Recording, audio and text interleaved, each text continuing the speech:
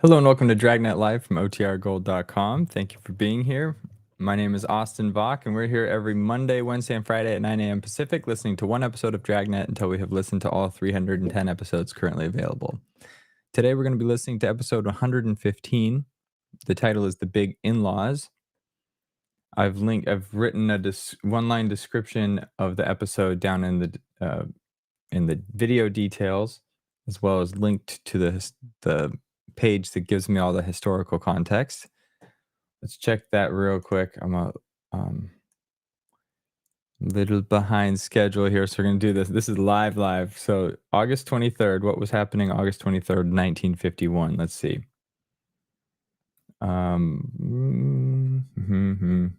You guys can open that up and see as well if you find anything of note. Not seeing any notable birthdays here or famous deaths around this time. I think this was a pretty quiet week compared to last week, so I don't have anything to share on that front. Great. Want to shout out to Alfredo, Life with Roscoe, So Over It, Sam, TC, Paul, 7B and AZ, and I think that's everyone. There's a question here about Thomas. Let me highlight this on screen. I've asked the same question several times. He actually sent me He sent me an email saying, "Yeah, I see you asking about me." He's still with us. It's just hard with the time zone. Doesn't work for him. But yeah, once you kind of become part of this group here, we miss you when you don't show up. So appreciate everyone taking the time to join in, and we also appreciate those that just catch the replays and leave comments later. All right. Well, so with that, I will share my screen and oh wait, I forgot about the member only live stream. So because the third Wednesday of the month happened on the 15th, it's like the earliest you could have a third Wednesday. I totally spaced and we didn't do it, but we will have it. It'll probably be next Tuesday. That's the next day that works for me. So apologies for completely spacing. Nell, who's one of our frequent listeners here most every stream, has recommended actually a film for us to watch, short film. So I'm going to try and get that queued up. If you'd like to join that, please consider becoming a channel member, and we'll catch you on that members only live stream. Buddy, welcome to the stream. I think this is your first time here. Thanks for being here. All right, so with that, I'll share my screen. We'll get started. Happy Friday, everybody. Get your water. I got my water handy this time.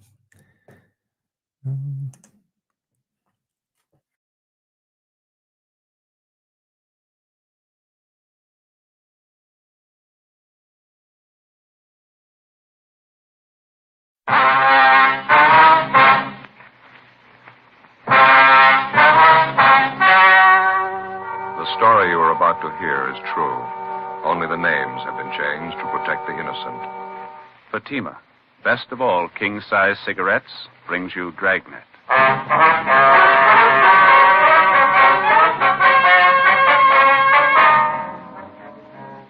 You're a detective sergeant. You're assigned to a robbery detail. A gang of hijackers has set up operations in your city. Truckloads of merchandise worth thousands of dollars vanish completely. The criminals know their business. Their system appears foolproof. Your job, stop them. Fatima, best of all king-size cigarettes. Definitely the best quality in its class, but the same price as the cigarette you're now smoking. Now, because of its quality, more smokers coast to coast insist Fatima. You see, Fatima contains the finest domestic and Turkish tobaccos superbly blended. And Fatima is extra mild, with a much different, much better flavor and aroma. So compare Fatima yourself today. You'll find Fatima gives you all the advantages of extra length, plus Fatima quality, which no other king-size cigarette has. Remember, the cost of Fatima is the same as the cigarette you're now smoking. Remember, in Fatima, the difference is quality. Next time, buy Fatima.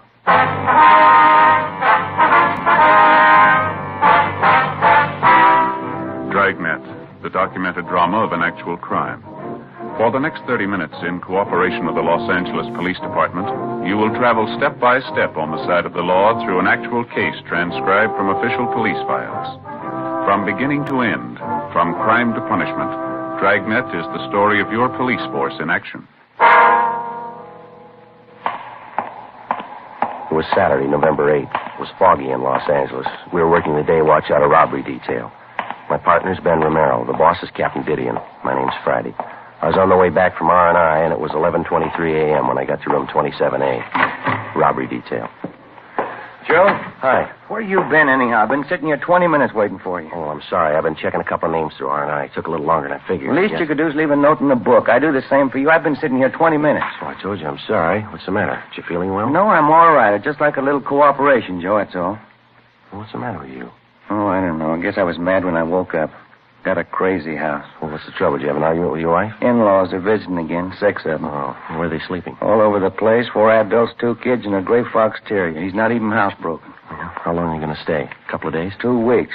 I don't know how I can last it out, Joe. They're crawling all over the place. Kids screaming, dog tearing up the front room, no privacy. I don't know what I'm going to do. Well, why don't you just level with them? Ask them if they wouldn't mind staying at a motel for a couple of days. I suggested that to the wife this morning. What'd she think? That's when the argument started. Oh. Hey, I almost forgot to tell you that truck driver finally showed up, that Frank Burris. Oh, yeah, it's about time. Where is he? Took him across the hall to the mug room. Got him checking out some coming-out mug books. Guess we better see how he's doing. All right. He sure took his time getting here, didn't he? Yeah, didn't offer any excuses. He's no more help than he was yesterday. Yeah. Surly. Not very cooperating. How you doing, Mr. Burris? You remember my partner, Sergeant Friday. How are you, Burris? I got a headache. This is just a waste of time wading through all these pictures. I've been through 2 of these books already. I couldn't identify any of the guys. Yeah, well, we know it's pretty tedious. We'd just like to have you check through a few more volumes, if you wouldn't mind. Look, I don't mind giving you a hand when I got time, but I got things to do today. I got something on for tonight. Have to get a haircut, my suit pressed. Well, this thing's pretty important to us, Burroughs. I know we're putting you out, but we need every lead we can get. We'd certainly appreciate it if you could just give us a little more cooperation. I don't know what else I can do. I told you everything I know, just the way it happened. A few more things we'd like to ask you about, sir. Some of the details you didn't make quite clear. Oh, what details? How do you mean? Details about the hijacking. Mind going over it again for us? I laid it out for you the last time you talked to me, just the way it went. It's the same as the rest. Well, how do you mean the same as the rest? Well, the other hijackings are the same as those, no different. You pretty familiar with the other jobs, are you? Oh, followed them in the paper, read the bulletin the cops got out on them. It's up on the dispatch board in the garage. Hey, is that fresh water in that cooler over there? Yeah, I think so. Help yourself. Thanks.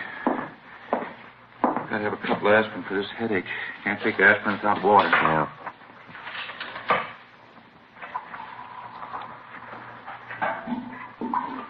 You've been driving a couple of years for Lavelle Trucking Line. Is that right, Burroughs? That's right, yeah. What if you'd mind running it through for us again, Burroughs? Maybe there's a few details about the thing that you forgot to mention, huh? It won't be any different than last time. I pulled out from the loading dock about 6 o'clock yesterday morning, hauling a load of Scotch whiskey over to Phoenix. Mm-hmm. Pulled up for the red light at Alameda and Jackson. That's when the guy pulled open the door and got in next to me. Put a gun in my ribs, told me to look straight ahead. First thing he did was hand me that pair of goggles and tell me to put them on. Same kind the welders use. Front of the lens was covered with tape. I put them on. I couldn't see a thing. Guy took over the wheel and started driving. Well, did you have any idea what direction you were heading in? No, not with the goggles on. I tried to follow at first, but I got all mixed up. Couldn't tell where he was driving. Made quite a few turns. He drove about 25 minutes, I guess, before we pulled up. Mm-hmm. That's where the switching point was. 2 more guys met us there. I could only tell by the voices. They pulled me out of the truck and put me in a car. Well, can you tell us anything at all about that transfer point? I mean, were there any sounds, anything like that that would give you an idea that maybe where you were? Well, I figure it must have been someplace out in the valley, pretty far out. No traffic sounds at all, just crickets, things like that. Mm-hmm. He got me in that car, drove around about an hour, I figure. Then they put me on out at the side of the road, told me to leave the goggles on for 10 minutes, and then they drove off. Well, how about those 2 men at the transfer point? If you heard their voices again, you think you could recognize them? I don't know. I doubt it. They didn't say too much. Not that I heard, anyway. I'm just curious, Burris. How is it you thought of calling your company first instead of the police? Well, it's their cargo, a whole load of whiskey. If somebody hijacked it, I figure the company ought to be the first to know. I'd like to ask you just one more question. There's no offense intended here. Yeah? You ever been arrested? Well, why? What'd that have to do with it? Well, probably nothing at all. Have you ever been arrested? I'd like to set you straight on it right now. If you think I was working inside on this thing, you got it wrong. I didn't have anything to do with it. Then there's nothing to worry about, is there? All right. Yeah, I've been arrested. When was that, Burroughs? About 10 years ago. I was back east, West Virginia. What was the charge? Hijacking. Our records showed no previous arrests for Frank Burroughs, and for the next few days he was kept under observation. When we got the kickback from Washington, it showed Burroughs had one previous arrest, the one he told us about, for hijacking. We checked all his friends, relatives, and associates. We found nothing suspicious. His employer said that they were aware of his police record, but they told us that Burroughs was one of the best drivers they had. There was nothing to link him with a series of hijackings which had been going on all over the city for the past month. Our crime lab checked the pair of goggles which Burroughs had been forced to wear during the hijacking. They were an ordinary industrial type, easily obtained and impossible to trace. Other than those belonging to Burroughs, there were no fingerprints on them. Late that afternoon, the missing truck and trailer was found empty in a deserted section of the valley. No latent fingerprints or other physical evidence. 9 a.m. the next morning, we met with Captain Didion.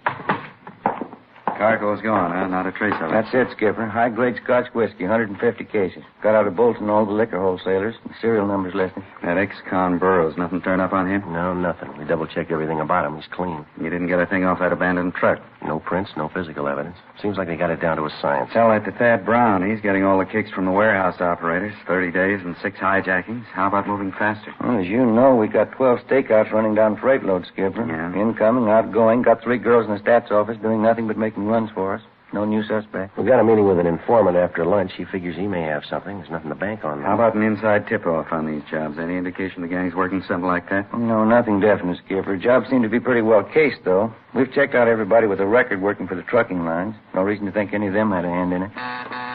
Excuse me a minute. Didion. Yeah. Live Oak near Trenton Avenue. Yeah, I got it right. Thank you. We got another truck early this morning. Where? There's the location. Better move on it. Looks like they got their signals crossed. How do you mean? Doesn't make sense. The cargo they hijacked. What was it? A load of toothbrushes. 9:23 a.m. Ben and I drove to the intersection of Live Oak Drive and Trenton Avenue in the Hollywood Hills, where we located the latest driver to fall victim to the gang of hijackers. His story was the same as the others. He'd stopped his truck for a red light at a deserted intersection when a man jumped on the running board and pointed a gun at his head. The man with the gun took over the wheel and forced the driver to put on a pair of blacked-out welder's goggles. Then the truck was moved to a remote spot where the driver was transferred to a car and later released in a remote section of the Hollywood Hills. The hijacked truck was found empty a day later. And again, there was no physical evidence, no fingerprints. The driver could add little to what we already knew. The only point that made the case any different from those that had gone before was the cargo that had been stolen, the load of toothbrushes. We began an immediate check of the neighborhood where, according to the driver, he was first held up. It was a fairly remote intersection in the San Fernando Valley. After 4 hours of interviewing ranchers and gas station attendants, we talked to the operator of a practice driving range for golfers located just off the highway. His name was Fred Garrison. Matter of fact, I did notice something out of the ordinary this morning. A little before 6 a.m., I think. Spotted this big semi turning off on that dirt road down the highway there. Which dirt road is that, Mr. Garrett? Oh, right up the highway there. See it? Oh, It turns off by that clump of trees. Mm-hmm. Couldn't figure out why a big truck and trailer be taking that road. Doesn't make sense. How do you mean, sir? Well, it's a dead end. No reason why a driver would turn off there by mistake. There's a big sign right there at the intersection. Says not a through street. Right there. See it? Plain as day. I wonder if you could describe the truck for us, Mr. Garrison. Well, it's pretty good size. One of those big aluminum jobs. Black lettering on the side, I think.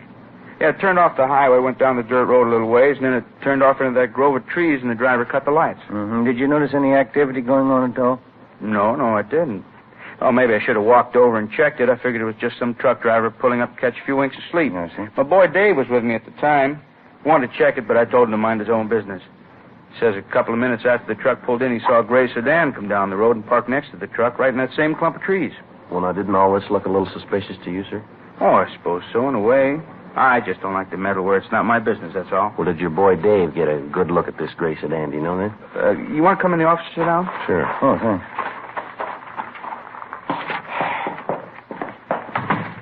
Hey, sit right there if you like. Fine, thank you. Let's see now, where were we? About your boy Dave? Oh, yeah. You said that he saw a gray sedan pull in next to the truck over in that clump of trees. Did he mention anything else that he noticed about the car? I mean, other than the fact that it was a gray sedan. Well, yeah, I think he did say something else about it. Now, let's see. Wasn't listening too close at the time. Dave's doing some errands downtown for me right now. He'll be phoning in pretty soon, though. I can ask him about it then. He paid a lot more attention to the thing than I did. Well, how long were the truck and trailer and that sedan parked in the grove of trees? Do you remember that? Yeah, well, not too long, maybe 15, 20 minutes. The car pulled out first and took off down the highway away from town, that way, see? And the truck and trailer left a few minutes after. What do you figure they were up to? We've got an idea. What time was that again, sir, when you saw the truck turn off the highway onto the dirt road? About 6 a.m., maybe a few minutes one way or the other. I wonder if you'd show us the exact spot where you saw that truck park, would you? Oh, sure. Here. You want to come over here with me to the window? All right. Now, you see the clump of trees there? Yeah. Eucalyptus. They border right on the road? Yeah. Maybe that's him now. All right. Garrison Fairways. Oh, yeah, Dave. How'd you make out? Oh, fine. No. Listen, a couple policemen here now. They're asking about that truck and that gray sedan you saw up on the road this morning. Want to know what you noticed about the sedan besides the color. How's that? Oh, you did, Yeah? Well, you better head back here. They probably want to talk to you about it. All right, Davy. Bye. What do you have to say? Oh, he'll be back in about 20 minutes. I figured you want to talk to him. Well, how about the sedan, sir? Did you get a pretty good look at it, did he say? Yeah, I guess so. He got part of the license number. Fred Garrison's son, Dave, returned and gave us all the pertinent facts about the truck and the gray sedan which he'd noticed in the neighborhood early that morning. His description of the truck and trailer, what he saw of it anyway, matched closely with that of the latest vehicle to be hijacked. He described the car as a gray sedan, and he said it looked to him like it was a late model Nash, but he couldn't be sure. He said the first 3 units on the license plate were 7T7. The location in the grove of trees where the truck had been spotted was checked thoroughly. Outside of some indefinite tire tracks, there was no physical evidence. 4:10 p.m., we put in a call to DMV and asked for a rundown on the 3 license plate numbers. The next morning, DMV returned to us a list of more than 1,000 auto registrations, which began with the figure 7T7. We went down the list and gradually eliminated 600 of these as not being physically close in description to the car seen by Garrison's boy, Dave. We kept checking. Almost 300 more on the list were registered in distant parts of the state. That left us with over 100 vehicles registered in or around Los Angeles to check out. It went slow. 3 weeks passed. We narrowed the list down to 23 possibles. Tuesday, December 10th. We were checking registrations with addresses in the east end of the city. What's the name on this one again? Perry. Walter R. Perry.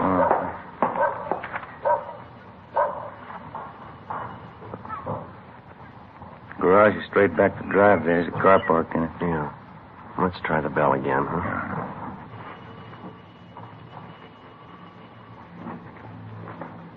What do you say? All right, let's give the car a look. People sure do get careless. Nobody home, garage wide open, car sitting there. Qualifies so far. You want to check the steering post there, registration stamp? I get it, yeah.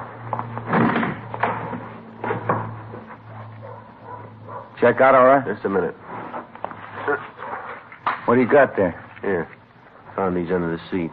Oh, maybe we're home. Yeah, it's a pair of goggles. Take a look. Yeah. Both lenses covered with tape.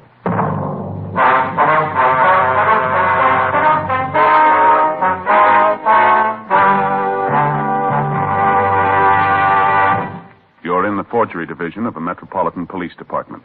Handwriting analysis.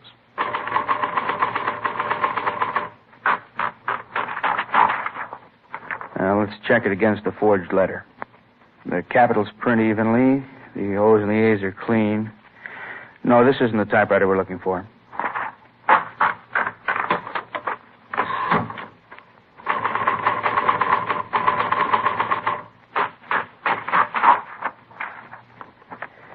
Yeah. Capitals print high. A's and O's are solid. P's slanted. This is the one. It's the same with cigarettes. There are many king-size brands to choose from, but when you know all the facts, you'll make your choice Fatima. Here are those facts. Fatimas are the same in length and circumference. 85 millimeters long, 1 1/64 inches around. And Fatima filters the smoke exactly the same long distance as any other king-size cigarette. But in Fatima, the difference is quality. Remember, Fatima gives you extra mildness, a much different, much better flavor and aroma. You get all the advantages of extra length, plus Fatima quality, which no other king-size cigarette has. Fatima, best of all king-size cigarettes. Definitely the best quality in its class. but the same price as the cigarette you are now smoking. Next time, buy Fatima.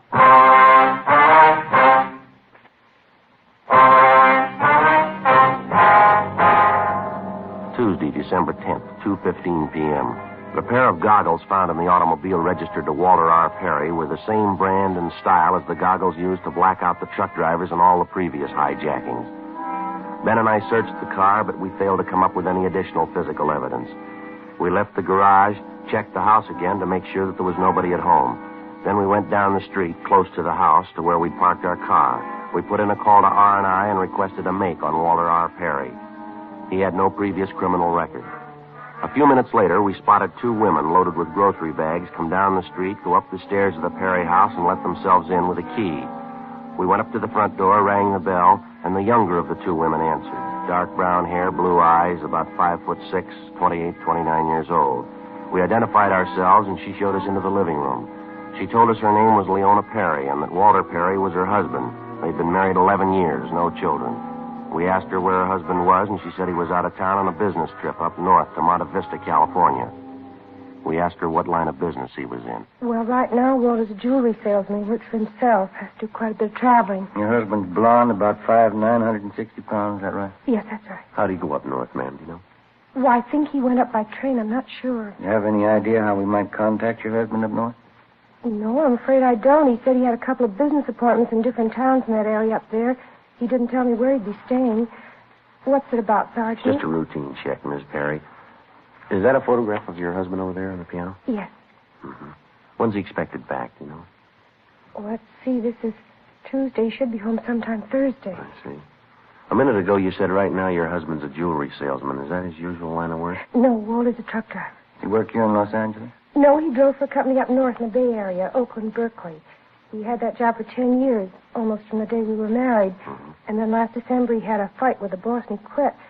We moved down here to find work, but he just couldn't seem to get placed. How long has he been selling jewelry, ma'am? Oh, about 8 months, I'd say. He's doing very good at it. We have more now than when he was driving a truck. A lot of money in the jewelry business. Well, it's just you and your husband living here, is that right? No, my mother lives with us, too. We just got back from doing the shopping. I guess she's busy putting the groceries away. I see. Mom? Mom? Oh, say that's all right, ma'am. I think you can give us the information we need. Well, I'd like to know what this is about. I'd appreciate it if you'd tell me. Walter isn't in any kind of trouble, is he? Just a routine investigation, Miss Perry. Doesn't necessarily mean your husband's involved. I can tell you right now, my husband isn't involved in anything. Walter's never had trouble with the police in his life. Walter has trouble with the police? What is it, Leona? It's nothing, Ma. These policemen want to talk to Walter. They just want to ask him a few questions, that's all. This is my mother, Mrs. Burt. Ma, this is Mr. Friday and Mr. Romero. I told you, Leona. I felt it all day. Something's wrong. Walter's done something, hasn't he? Now, don't start on that again, Ma, please. The officers told me they want to talk to Walter, that's all. What for? If he hasn't done anything, why do they want to talk to him? Routine duty, ma'am. There's nothing to get excited about. I knew it would happen. I felt it all the time. That funny job he has, selling jewelry, going out at all hours. Couldn't fool me. I knew it wasn't right. What's he done? We're his relatives. We got a right to know. Well, there's nothing we can tell you definitely, ma'am. How about these odd working hours your husband has, Miss Perry? What's the reason for that? Could you tell us? Well, I don't know. Walter works for himself. He just has to make business contacts when he can, that's all. Sometimes it's late at night, sometimes early in the morning. Why don't you stay out of it, Ma? After all, it's our business. Walter's and mine. You just mark my word, Leona. Find out about this. That husband of yours has done something, and these policemen are after him. I knew it wasn't right. I felt it all along. Please stay Him out. and his jewelry business, his big money. I should have left and taken you with me the day it started. Walter's a truck driver. It's all he'll ever be. It's where he should have stayed. Why are you always picking on Walter? Why? Because I told you in the first place you never should have married him. 11 years ago, I told you. I never should have come to stay with you. You couldn't go and marry one of those nice boys you met at school. It had to be Walter Perry. Well, maybe you'll see now. Trouble with the police. Now you'll see what kind of a man you married. Shut up, Ma. Sorry, officer. Well, I'm afraid that isn't helping much, Miss Burt. I suppose not. What is it that can help? You have kids, you try to tell them something, make it easy for them, they never listen. Now, that gray sedan back in the garage, ma'am, does anyone else drive it besides Mr. Perry, do you know? No, Leona doesn't drive. Walter's the only one who runs it. He drives it to all these business appointments he has at odd hours? That's right. How many times he doesn't take it's when he's out of town. You ever seen this pair of goggles before, ma'am? No, I never have. What does it mean, that tape all over the front of them? Well, how about your son-in-law's friends? Do you ever bring any of them here to the house? Not since I've been staying here the last 6 months. A lot of different men call him on the phone. He goes out. Doesn't bring anyone around, though. Oh, I'm just sick Well, can you tell us anything about this jewelry business Mr. Perry's working in? I don't even want to think about it. I raised 4 daughters, nice girls, every one of them attractive. You make plans for them and you want them to be happy and marry some nice fellow, have a nice, comfortable home. You try to tell them and they never listen. About the car, ma'am. They get to be 17 and they know everything. My girls could have married wealthy if they were smart. A lot of other girls have done it. They had nice clothes, they got through business school, good home training, all this talk about love. They're all so smart. They know everything and they know nothing. This is what happens. They wake up and find out. Would you finish putting the groceries away, Ma? I've talked to the office. Anything you want, Leona. Didn't mean to upset you. Maybe things will be all right. And just a few more questions, Miss Perry, that's all. Well, whatever it is, I know Walter hasn't done anything wrong. He wouldn't do anything wrong. It doesn't make sense. There's just no reason for it. I remember your father, Leona. 16 years we were married. One night he packed up and left me. There wasn't any reason for that either. Wasn't there, Ma? We continued questioning the wife and the mother-in-law of the suspect, Walter Perry. From the wife, we got the names and addresses of 4 close friends of Perry's who were supposed to be associates of his in the jewelry business. In the basement and in a loft over the garage, we found more than a dozen cases of high-grade Scotch whiskey, cases of expensive furs, and other loot taken in the hijackings. Mrs. Perry said her husband told her he was storing the stuff for some friends. It was only a small portion of the take. We called the office and got out a broadcast and an APB on the suspect and arranged for an immediate stakeout on the Perry house. And then, together with Matthews and Gonzalez from robbery detail, we began checking out the 4 close friends of the suspect. We could locate only 2 of them, but those 2 paid off. In the basements and garages of their homes, we found another portion of the loot, along with evidence that showed that both men had taken active parts in the hijackings. They were booked at the main jail on suspicion of 211 PC. A full week went by. The stakeout continued on the Perry house. Still no sign of him. Saturday, December 20th, 4:45 p.m. We checked back in at the office. This thing's sure dragging out, huh? Yeah, it'd be nice to wrap it up before Christmas, wouldn't it? Get it out of the way. Might work into a couple of days off. No, I don't know if I'm too interested, Joe. What? The days off, I mean. We got visitors on the way again. What do you mean, for the holidays? Who's coming? Same old bunch. My brother-in-law and his wife and his kids and that little dog of theirs. Well, they were just with you for 3 weeks, weren't they? What's the deal? Oh, brother-in-law got home, found a notice from his company. He's been transferred out here. Oh. They're going to stay with us all through the holidays, and then they'll start house hunting. How about that? We've got a problem. It's got a new rug in the living room. I'll bet 20 to 1 on it, Joe. What's that? That little fox terrier. Oh, hi, Skipper. Anything before we check out? Piece of news for you. Just talked to the Ventura Sheriff's Office. We owe them a favor. What do you mean? They grabbed Walter Perry half an hour ago. Monday, December 22nd. Suspect Walter Perry was returned to Los Angeles. He was taken to the interrogation room where Captain Didion, Ben, and I questioned him for almost 2 hours. He was confronted with the evidence and testimony against him, and after another hour and a half of interrogation, he broke. He gave us a full signed statement describing his part in the campaign of hijackings. He also gave us the names of everyone in the gang, how they participated, and to what extent. He said most of the property looted from the hijacked trucks was stored in a rented barn located at the north end of the San Fernando Valley. A detail of men checked it and confirmed the information. The suspect's wife, Leona, was notified of her husband's arrest. 1:35 p.m. We completed our interrogation. That's it, Perry. Let's go. You asked me a lot of questions. How about it? Can I ask you one? What's that? Well, why do you think I did it? Why I got mixed up in this? Well, according to your statement, you wanted the money, admit it. Well, you've been out to my house, haven't you? You met my wife? Yeah, that's right. I guess you met her mother, too. Yeah. Well, then you got it. Nobody in the world could make me go for a hijack deal, but she could. I even remember the morning I'd made up my mind to do it. I was out in the kitchen. I could hear her yapping at Leona in the other room, same old roasting. Mm-hmm. The lousy truck driver, that was me. 11 years the wife and I had been married. Her mother lived with us, 9 of them. Didn't get any better, didn't get any worse, just the same old yapping. Her and her 4 girls. Why couldn't they listen to her? They were the best girls in the world. Why couldn't they marry money? Why did it have to be guys like truck drivers, stupid truck drivers? Same thing every day, always the same. 9 years of it. So I went out to get enough money to rub in her face, enough to make her choke on me. You can hate somebody for that. I don't know how many years they'll give me, but I'm going to hate her, every one. Dad? Oh, hi, Olson. Going over to main jail. This one ready to go? Only be a minute, Rex. Right. Thank you. All right, Perry. Yeah.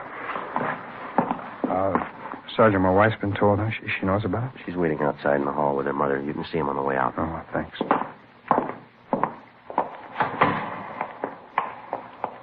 Walter. Hi, honey. I'm sorry.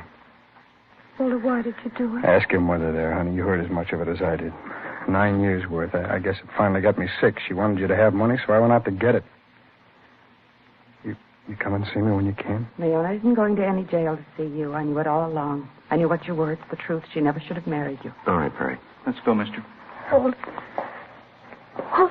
Why? How you figuring? I don't know. How about some coffee? Okay.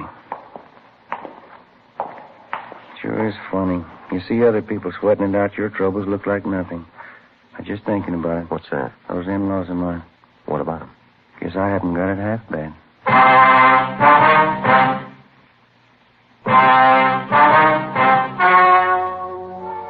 The story you have just heard was true. Only the names were changed to protect the innocent. On March 5th, trial was held in Superior Court, Department 87, City and County of Los Angeles, State of California. In a moment, the results of that trial. And now, here is our star, Jack Webb. Thank you.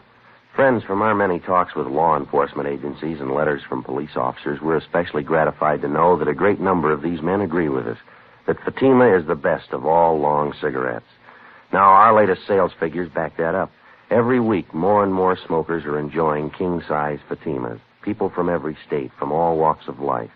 If you haven't tried Fatimas yet, buy a pack tomorrow. In Fatima, the difference is quality. The quality is better, but the cost of Fatima is the same as the cigarettes you're now smoking. Next time, buy king-size Fatima.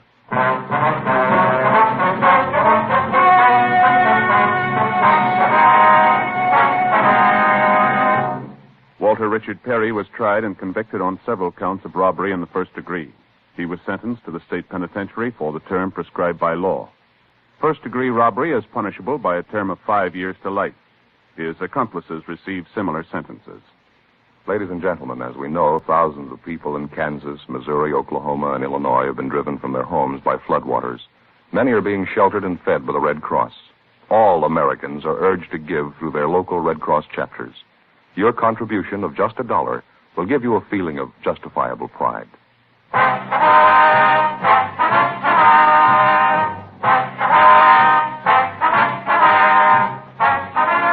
have just heard Dragnet, a series of authentic cases from official files. Technical advice comes from the Office of Chief of Police W.H. Parker, Los Angeles Police Department.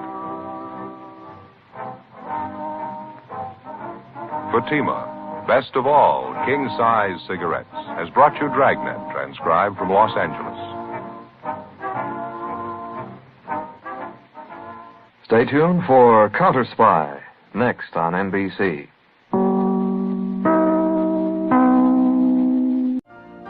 You've been listening to the OTR Gold Network. Find more classic radio at otrgold.com.